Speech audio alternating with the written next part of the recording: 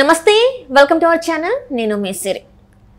చంద్రబాబు నాయుడు గారు వాలంటీర్లకి bumper offer ఇచ్చారు. So ఇంతగా బంపర్ ఆఫర్ ఏంటి, ఏం చెప్పారు తన సభలో? సో ఈ అంశాన్ని మనకి వివరించడానికి మనతో పాటు ఉన్నారు ప్రముఖ సీనియర్ జర్నలిస్ట్ దుర్గా కుమార్ గారు. నమస్కారం సార్.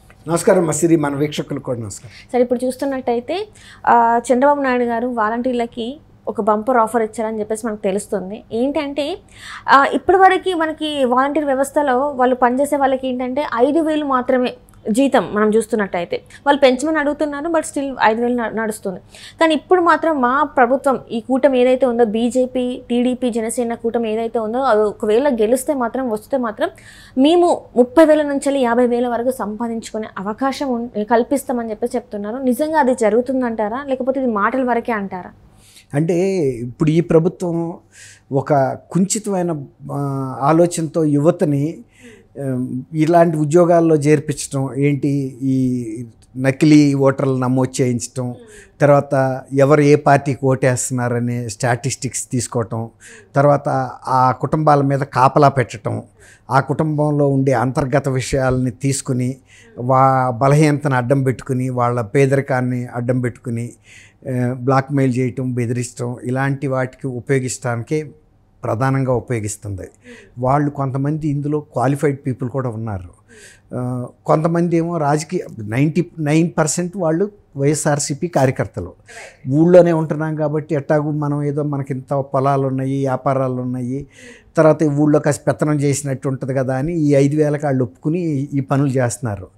కొందరు ఇంకా మిస్యూజ్ చేయటం ఏంటంటే, సపోజ్ ఇప్పుడు ఇంట్లో లేడీస్ ఉంటారు, వాళ్ళకి రకరకాల ఇబ్బందులు ఉంటాయి, తర్వాత భర్తలను వదిలేసి ఇళ్ళ దగ్గర కొంతమంది ఉండేవాళ్ళు ఉంటారు, తర్వాత కొన్ని ఊళ్ళల్లో ఉండే కొన్ని స్థానికమైన ఏర్పాట్లు ఉంటాయి, వాటిని వీళ్ళు అడ్డం పెట్టుకుని వాళ్ళని బ్లాక్మెయిల్ చేసి అలా వాళ్ళని కూడా ఎక్స్ప్లాయిటేషన్ చేసిన సంఘటనలు ఉన్నాయి. కొందరు వాలంటీర్స్ లేడీస్ని లేపుకెళ్ళిపోయిన సందర్భాలను చూసాం. అవి పోలీస్ కేసులు అవటం చూసాం. తర్వాత డబ్బులు ఇచ్చిన, రాష్ట్ర ప్రభుత్వం ఇచ్చిన డబ్బుల్ని తీసుకుని పారిపోయిన సంఘటనల్ని మనం చూసాం. మంచివాళ్ళు ఉన్నారు, చెడ్డవాళ్ళు కూడా ఉన్నారు. ఇందులో మంచివాళ్ళు లేరని మనం అంటలేదు. కాకపోతే ప్రభుత్వం మాత్రం ఒక దృక్పథం ఏంటంటే, వీళ్ళ కాపలా ఆ 50 కుటుంబాల ఓట్లని తీసుకొచ్చి మళ్ళీ నెక్స్ట్ ఎలక్షన్లో కూడా ఓట్ బాక్స్ ఎలక్ట్రానిక్ ఓటింగ్లో బటన్ నొక్కించాలి, అది వాళ్ళ ఉద్దేశం. అందుకని వాళ్ళు డైరెక్ట్గా కూడా అడుగుతున్నారు, ఇన్నాళ్ళు జగనన్న మీకు ఇచ్చిన శాలరీకి రుణం తీర్చుకోవాలంటే మీరు ఈసారి ఎలక్షన్లో వాళ్ళతో అందరితో ఓట్లు వేయించి మళ్ళీ జగనన్నను ముఖ్యమంత్రి చేయించమని బొత్స సత్యనారాయణ గారు అందరూ కూడా బహిరంగంగా కూడా విజ్ఞప్తి చేశారు. అంటే మంత్రి ధర్మారావు గారు కూడా బ్యాలెట్ బాక్సుల దగ్గర, అంటే ఓటు వేసే దగ్గర కూడా ఏజెంట్లుగా మీరే ఉండాలని చెప్పేసి కూడా వాళ్ళు కూడా మాట్లాడడం జరిగింది. జగన్మోహన్ రెడ్డి గారు కూడా మీరు ఇప్పుడు ఇప్పటి నుంచి వెళ్ళి ఒక కార్యకర్తలాగా పనిచేయాలి అని చెప్పేసి అడగడం కూడా జరిగింది. మొత్తం వాలంటీర్ వ్యవస్థ మీదనే వైసీపీ ప్రభుత్వం ఆధారపడింది అని కూడా మనం వార్తలు చూసాం. సో ఇప్పుడు మరి సడన్గా ఇప్పుడు మన చంద్రబాబు నాయుడు గారు ఇట్లాంటి ఆఫర్ ఇస్తే మరి ఎవరైతే వాలంటీర్ వ్యవస్థ ఉందో వాళ్ళు మరి అటు సైడ్ మొగ్గే అవకాశం ఉందంటారు. ఇప్పుడు వాళ్ళు అదే చెప్తున్నారు, మేము గనక రాకపోతే మిమ్మల్ని తీసేస్తారు, మేము ఉంటే ఈ 5,000 అన్న వస్తున్నాయి, ఊళ్ళో మీకు ఒక గౌరవం దక్కుతుంది, 50 ఏళ్ల మీద పెత్తనం చేస్తున్నారు, మీరు ఆడింది ఆట పాడింది పాట, మీ మీద ఏం చేసినా పోలీస్ కేసులు ఉండవు, ఎవరో చర్యలు తీసుకోరు అంటే వాళ్ళకి డైరెక్ట్గా సీఎంతో కనెక్షన్ ఉందని ఒక ప్రచారం ఉంది కదా. వీళ్ళు రాసిన రిపోర్ట్ డైరెక్ట్ సీఎం గారి టేబుల్ మీదకి వెళ్ళిపోద్ది రాత్రి అయ్యేటప్పటికని, తెల్లారేటప్పటికి ఆయన అన్నీ చూసేసుకుంటాడని. అట్లా ఒక ప్రిస్టేజ్ క్రియేట్ చేశారు, ఫాల్స్ ప్రిస్టేజ్ వీళ్ళకి.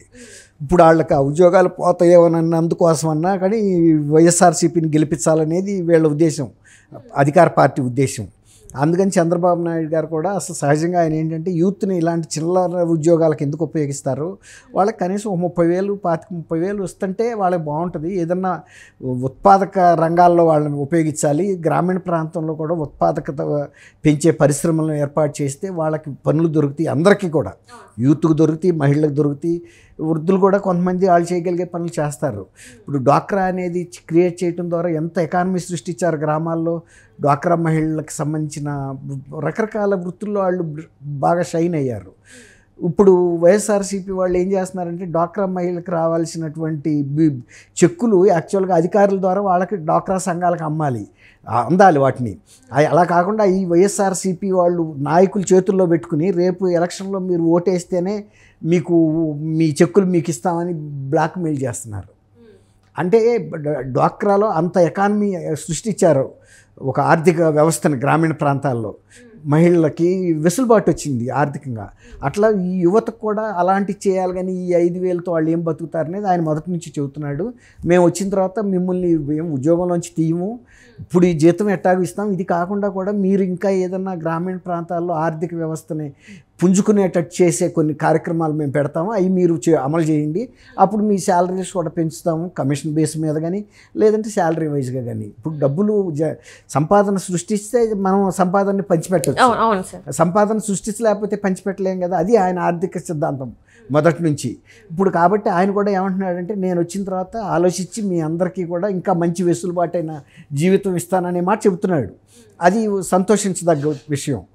కాబట్టి ఆయనకి మొదటి నుంచి కొన్ని ఆలోచనలు ఉన్నాయి, ఇంకా కొంత వీళ్ళని ఆర్థికంగా పుంజుకునేటట్టు, ప్రభుత్వానికి ఉపయోగపడేటట్టు, ప్రజల జీవితంలో కూడా ఇంకా కొంత మమేకమయ్యి ఉత్పత్తి పెంచి, ఇప్పుడు ఆ 50 కుటుంబాల్లో ఏమైనా సెల్ఫ్ ఎంప్లాయ్మెంట్ స్కీములు లాంటివి ఇచ్చి వీళ్ళ ద్వారా మానిటరింగ్ చేస్తే వాళ్ళు ప్రతి ఇంట్లోనూ జనరేట్ అవుతూ ఉంటుంది కదా.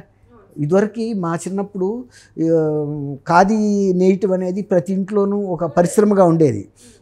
తెలంగాణలో ఉండేదో అంత లేదు కానీ తెలంగాణలో కూడా ఉంది, కానీ ఆంధ్రాలో ఇంకా ఎక్కువగా గాంధీ గారి ప్రేరణతో జరిగింది. ఆ రోజుల్లో ప్రతి ముసలాం 80 ఏళ్ల ముసలాం కూడా రాట్నం తిప్పుతూ ఉండేది. భోంచేసి కూర్చోబెట్టిన తర్వాత 4 ముసలాళ్ళు ఒకసారికి చేరేవాళ్ళు, రాట్నాలు తిప్పుతా దారం ఉడికేవాళ్ళు. ఆ దారాన్ని ఆ సంఘానికి ఇస్తే వాళ్ళు ఖాదీ నేయటానికి ఇచ్చేవాళ్ళు, వీళ్ళకి డబ్బులు వస్తుండే. అట్లా ముసలాళ్ళు కూడా 80 ఏళ్ల ముసలాళ్ళు కూడా ఖాళీగా కూర్చోవటం అనేది ఉండేది కాదు ఇప్పుడులాగా. ఇప్పుడేముంది, ఈ యూత్ అంటే ఇప్పుడు మీ ఏజ్ వాళ్ళు కూడా తినేసి కూర్చుని ఈ ఫ్యాషన్స్ గురించో లేకపోతే పొరుగింటి అమ్మలక్కల గురించో ఇంకా వేరే విషయాలు సినిమాలో ఇవన్నీ మాట్లాడుతున్నారు. కానీ ఆ రోజుల్లో టైం వేస్ట్ చేయటం లేదు. అట్లాగే ఇప్పుడు ఈ వాలంటీర్లు కూడా ఇట్లాంటి కాపలా కాయటం, వీళ్ళని గొర్రెలు కాసినట్టు కాపలా కాస్తున్నారు. ఎవరు ఈ వైఎస్ఆర్సీపీ పార్టీకి ఓటేయకుండా బయటికి వెళ్లకుండా కాపలా కాస్తున్నారు. అలాంటి కాపలా ఎందుకు? మంచి ప్రభుత్వం ఉంటే ఎవరైనా ఆ మంచి ప్రభుత్వానికి ఓటేస్తారు, కాపలా కాసి ఓటేయించుకోక్కర్లా. మనం నీకు ప్రయోజనం కలుగుతుంది ఈ ప్రభుత్వం ఉండటం వల్ల, ఖచ్చితంగా నువ్వు ఎవరు ఎన్ని చెప్పినా వెళ్ళి అదే ప్రభుత్వాన్ని ఎన్నుకుంటావు. నీకు ఇంటికి మేలు జరుగుతుంది, నీ ఇంట్లో నలుగురుంటే నలుగురికి 4 రకాల ఉపాధి ఇస్తున్నారు, పిల్లలకి ఉద్యోగం వచ్చేటట్టు మంచి ఎడ్యుకేషన్ ఇస్తున్నారు. తర్వాత లిక్కర్ లేదు, లిక్కర్ తాగటం వలన మగాళ్ళు వెళ్ళి డబ్బులు ఖర్చు పెట్టుకుని వచ్చి తాగి ఇంట్లోకి వచ్చి కొట్టి డబ్బులన్నీ అవజేయటం, ఇలాంటి మంచి పనులు చేశారనుకోండి లేడీస్ కూడా ఆ పార్టీకే వేస్తారు. ఇప్పుడు జగన్ గారు కూడా నేను మద్యపాన నిషేధం అమలు చేయింది ఓటుకు అడగనన్నాడు, కానీ ఆయన మద్యపాన నిషేధం అమలు చేయలేదు, మళ్ళీ ఓటుకి వెళ్తున్నాడు. మరి 50%గా ఉన్న మహిళలు ఖచ్చితంగా తిరగబడాలి కదా. అట్లాగే ఇప్పుడు పురుషులు కూడా గతంలో మంచి బ్రాండెడ్ విస్కీలు అవి తాగారు తక్కువ రేటుకి, ఇవాళ నకిలీ విస్కీలు నకిలీ లిక్కరే డబల్ రేటుకి 3 రేటుకి కొంటున్నారు. అది కూడా అదే అంటున్నా. ఇప్పుడు వీళ్ళందరూ తిరగబడాలి. యూత్ కూడా ఈ 5,000తో మమ్మల్ని ఒక బాండెడ్ లేబర్ అంటారు చూడండి, దాన్ని ఏమంటారు, కట్టు బానిసల్లాగా చేశారు అనే విషయం వాళ్ళు కూడా గ్రహించుకుని గ్రామాభివృద్ధిలో మనం కూడా భాగస్వాములు అవ్వాలి, వచ్చే ప్రభుత్వం అలాంటి పథకాలు చేపట్టే ప్రభుత్వం వస్తుందనేది ఇప్పుడు వాళ్ళు తెలుసుకోవటం కోసమే చంద్రబాబు నాయుడు గారు వాళ్ళకి కొంచెం కనువిప్పు కలిగించేటందుకే చెబుతున్నారని నేను అనుకుంటున్నాను. అంటే ఇప్పుడు చూస్తున్నట్టయితే సార్, ఇప్పుడు మీరు చెప్పారు జగన్మోహన్ రెడ్డి గారు మద్యపాన నిషేధం చేసిన తర్వాతనే ఓటుకి అడుగుతాను. ఇప్పుడు మరి చంద్రబాబు నాయుడు గారు కూడా చెప్తున్నారు మరి ఇలాంటి మద్యపానం ఉండదు అని చెప్పేసి, మరి నిజంగా జరిగే అవకాశం ఉంటుంది. ఆయన ఏమంటున్నాడంటే మద్యపానం ఉండదని అంటలేదు, కనీసం మీరు తాగే లిక్కర్కి సరైన ప్రైస్కే ఇస్తాం, మీకు చీప్ లిక్కర్ ఉండదు. ఇప్పుడు ఇక్కడ వీళ్ళు తీసుకొస్తున్న డిస్టిలరీస్ నుంచి తీసుకురారు, బ్రాండెడ్ మద్యమే తీసుకొస్తారు. వాళ్ళ దగ్గర ఎంతకైతే కొన్నారో అంతకన్నా హ్యాండ్లింగ్ ఛార్జ్ 1 రూపీ 2 రూపీస్ వేసుకుని అమ్ముతారు. తర్వాత అది ఇదివరకట్లాగానే కాంట్రాక్టర్స్కి ఇచ్చేస్తారు, నిఘా ఉంచుతారు ధరల మీద, మ్యాక్సిమం ఇంతకన్నా అది మించి అమ్మటానికి లేదని. బ్రాండెడ్ కాబట్టి ఇంతగా హెల్త్ చెడదు. అంటే పూర్తిగా హెల్త్ ఏదో బాగుపడుతుందని నేను చెప్పను, కానీ ఇన్ని సమస్యలు, kidney failures, heart failures, nervous system break అవటం, లివర్ ఫెయిల్యూర్ ఇవన్నీ రావు. Right sir, right. Thank you so much. Thank you అమ్మా సిరి. మన వీక్షకులకు కూడా నమస్కారం.